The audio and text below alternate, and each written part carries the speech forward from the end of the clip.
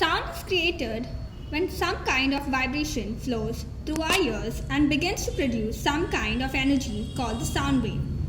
Vibrations travel through any medium like solid, liquid, or any gaseous state.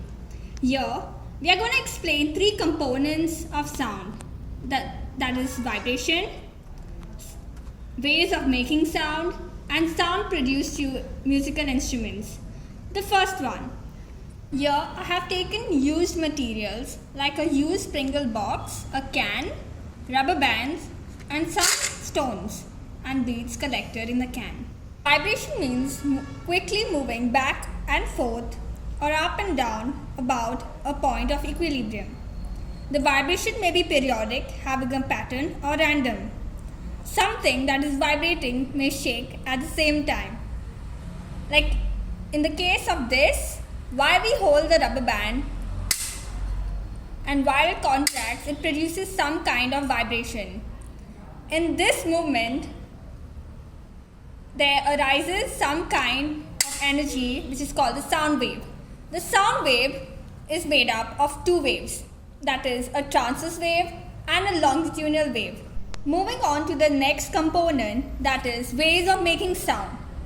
When any object vibrates, it causes movement in the air particles. These particles bump into the other particles close to them, which makes them vibrate too, causing them to bump into more air particles. Let us take the example of hitting both the lids, that is made of aluminium and plastic, and here wholly plastic. So while we keep hitting, the air particles surrounded by them also cause vibration to occur, and that is how we are able to make sound or produce sound. Lastly, the third component is sounds with a musical instrument.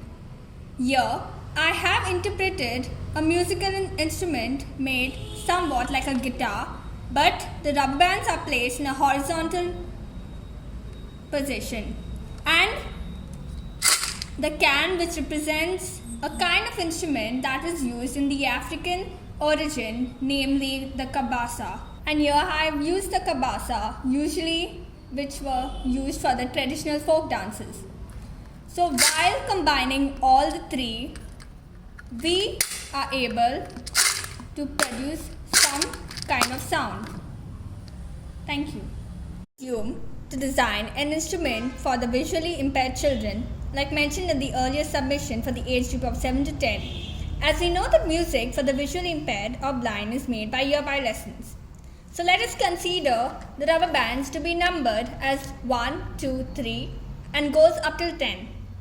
The can, which signifies to be the kabasa with the beads within it, and the main base that is used to produce the sound. The second significant thing is the sensational attribute presented in the external stimuli, that is the feeling or the touch of the rubber bands, which makes it possible for them to understand each vibration that is caused to produce sound. The instrument comprises of the following things, namely rubber bands, strings that are varied in thickness, the Pringles box and the can, and the beads or stones. The lower portion comprises of an aluminium and a plastic case, and the upper one with a plastic case again, which makes it possible for the child to hit and produce sound.